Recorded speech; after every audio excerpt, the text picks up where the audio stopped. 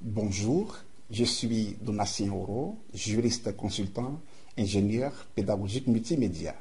Bienvenue à cette formation portant sur la législation en matière de sécurité et de santé au travail.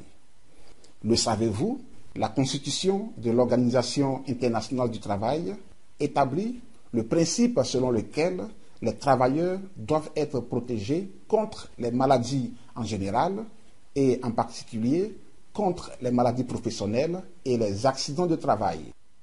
Pourtant, cela n'est pas toujours une réalité pour tous les travailleurs.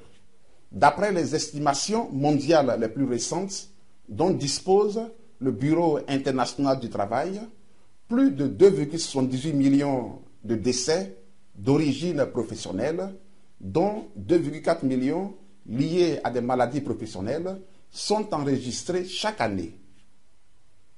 Outre l'immense souffrance que cela représente pour les travailleurs et les familles, les coûts économiques associés sont colossaux pour les entreprises, les pays et le monde entier. Les pertes liées aux indemnisations, aux jours de travail perdus, aux interruptions de la production, aux formations et aux reconversions, ainsi qu'aux dépenses de santé, représentent environ 3,84% du PIB mondial. Pour les employeurs, cela signifie des retraites anticipées, coûteuses, la perte de personnel qualifié, l'absentéisme et des primes d'assurance élevées. Pourtant, il est possible d'éviter ces tragédies en adoptant des méthodes rationnelles de prévention, de notification et d'inspection.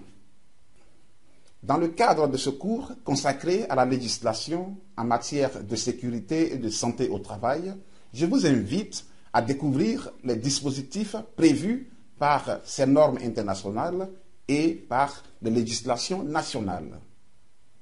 Ce cours sera divisé en 4 chapitres.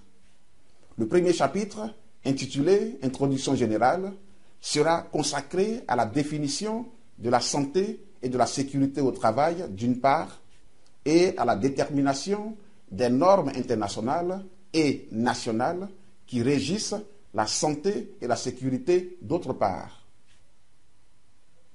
Le chapitre 2 sera consacré aux obligations de l'employeur en matière de santé et de sécurité au travail.